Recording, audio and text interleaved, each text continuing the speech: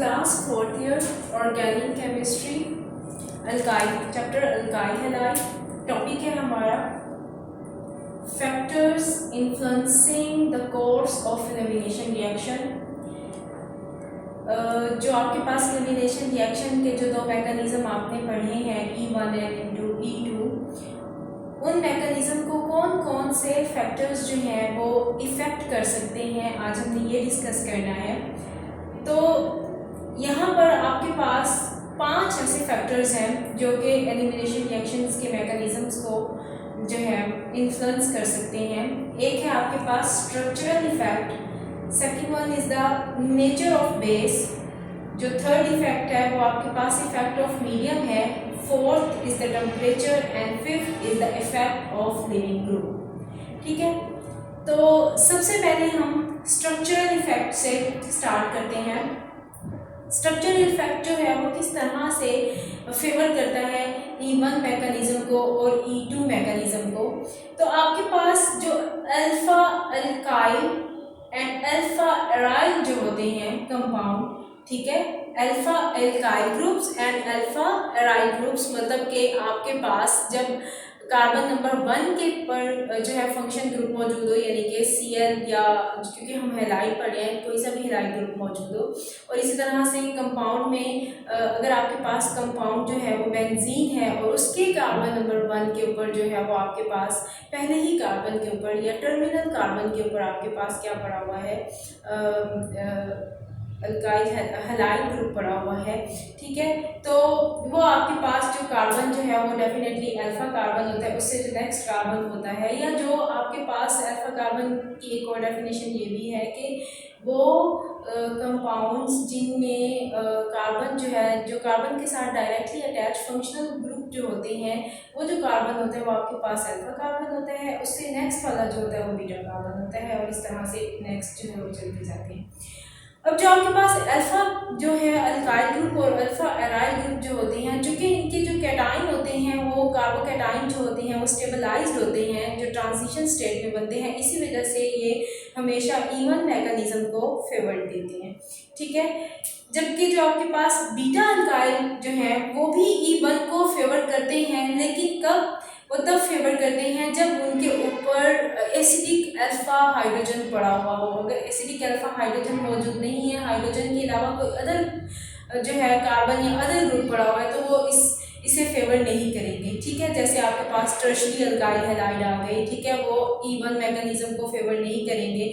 ठीक है, इस तरह से आपके पास जो है सेकेंडरी जो है अल्काइल हैलाइड आ जाते हैं, वो भी फेवर नहीं करेंगे। सो आपके पास जो बीटा अल्काइल जो है वो भी फेवर करता है E1 मैकेनिज्म को, but if the steric effect, अगर वहाँ पर अल्फा हाइड्रोजन नहीं पड़ा हुआ और वहाँ पे स्टीरिक इफेक्ट है, तो वो E2 मैकेनिज्म को फेवर करेगा। इसके अलावा जो आपके पास विड्रॉइंग ग्रुप जो होते हैं, इलेक्ट्रॉन विड्रॉइंग ग्रुप, अगर good electron withdrawing group present है कंपाउंड के अंदर, तो तब आपके पास एसिडिटी जो होती है बीटा कार्बन की इंक्रीज हो जाती है, और अगर बीटा कार्बन की एसिडिटी इंक्रीज हो जाए तो आपके पास E2 मैकेनिज्म जो है वो फेवर होता है। इसी तरह से नेक्स्ट जो है वो है हमारे पास नेचर ऑफ बेस, कि नेचर ऑफ बेस किस तरह से इफेक्ट करती है E1 मैकेनिज्म को और E2 मैकेनिज्म को। अगर आपके पास E1 मैकेनिज्म रिएक्शन जो है अगर वो E1 मैकेनिज्म को फॉलो कर रहा है, तो सॉल्वेंट को बेस रिक्वायर्ड नहीं होता। सॉल्वेंट जो है या वो जो मीडियम है जिसके अंदर आप रिएक्शन प्रोसीड करवा रहे हो, वो मीडियम आपके पास मोस्टली न्यूट्रेंट होता है या एसिडिक होता है। ठीक है, तो आपके पास E1 मैकेनिज्म में नो बेस इज रिक्वायर्ड, कोई बेस रिक्वायर्ड नहीं होती है, बल्कि सॉल्वेंट इटसेल्फ एक्ट करता है एज अ बेस।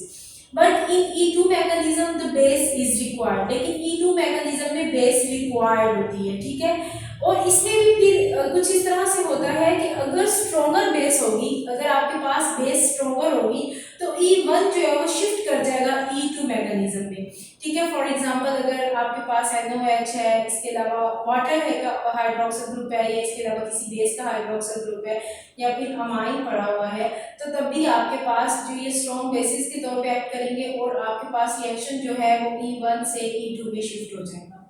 नेक्स्ट जो है वो है इफेक्ट ऑफ मीडियम, कि मीडियम किस तरह से, ये नेचर ऑफ मीडियम मीडियम किस तरह से इफेक्ट कर रही होती है E1 मैकेनिज्म को या E2 मैकेनिज्म को।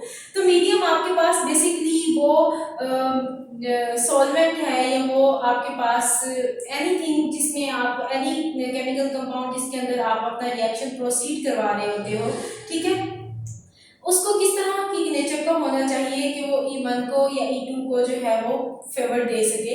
तो आपके पास अगर मीडियम न्यूट्रल होगा, ठीक है, ये पहले भी ऊपर उन्होंने नेचर ऑफ जो बेस है उसमें भी ये चीज़ उन्होंने एक्सप्लेन की है कि मीडियम अगर न्यूट्रल होगा तो E1 मैकेनिज्म जो है वो फेवर्ड होगा। And if the medium is basic, और अगर मीडियम बेसिक इन नेचर होगा तो E2 मैकेनिज्म फॉलो होगा, ठीक है।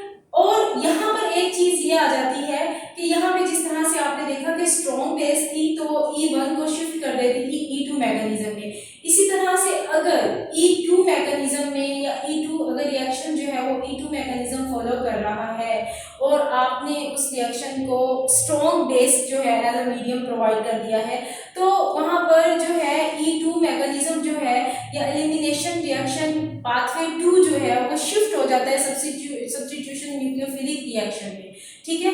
जिस तरह से आपके पास अगर KOH है, अल्कोहलिक KOH अगर इस्तेमाल करेंगे हम एज अ मीडियम तो E1 मैकेनिज्म चलेगा, रिएक्शन जो है वो E2 मैकेनिज्म से चलता चला जाएगा, ठीक है। लेकिन अगर हम इस अल्कोहलिक जो KOH है इसे एसिडिफाई KOH में कन्वर्ट करके रिएक्शन को प्रोसीड करवाएं तो तब रिएक्शन जो है वो E2 मैकेनिज्म फॉलो नहीं करेगा या वो एलिमिनेशन रिएक्शन नहीं देगा, बल्कि वो न्यूक्लियोफिलिक सब्स्टिट्यूशन 2 रिएक्शन जो है वो प्रोसीड करेगा, ठीक है। इसके बाद जो है वो नेक्स्ट जो हमारे पास इफेक्ट है वो आपके पास है टेम्परेचर का, ठीक है, कि टेम्परेचर किस तरह से इफेक्ट करता है रिएक्शंस के मैकेनिज्म को।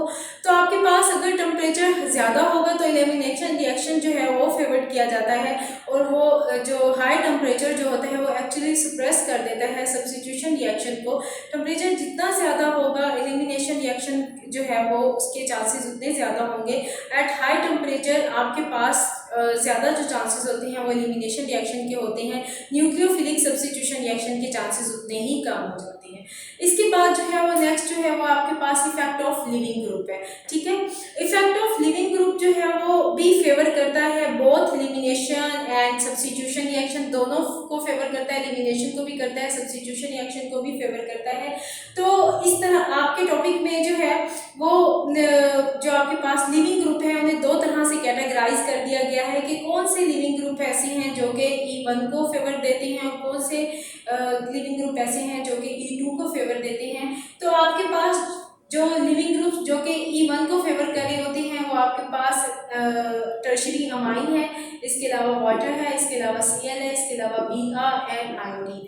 दे आर बेटर लिविंग ग्रुप। ये जो चार पांच जो यहाँ पे ग्रुप दिए हुए हैं ये बेहतरीन लिविंग ग्रुप होते हैं और ये बाकी के कंपाउंड को क्या कर देते हैं, इजिली आयनाइज कर देते हैं। इसी वजह से E1 मैकेनिज्म जो है इसमें जो है वो फेवर्ड होता है।